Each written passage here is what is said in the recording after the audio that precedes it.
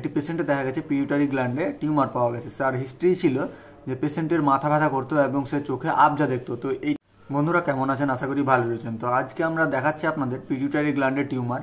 একটি পেশেন্টে দেখা গেছে পিউটারি গ্ল্যান্ডে টিউমার পাওয়া গেছে। তার হিস্ট্রি ছিল যে পেশেন্টের মাথা ব্যথা করতো এবং সে চোখে আবজা দেখতো। তো এইটা সেই পিউটারি গ্ল্যান্ড এবং সেখানে টিউমারটি দেখা গেছে। সেই টিউমারটিকে বলা হয় মাইক্রোঅ্যাডেনোমা এবং এটা দেখতে পাচ্ছেন করোনালে দেখতে পাচ্ছেন করোনাল ছবিতে।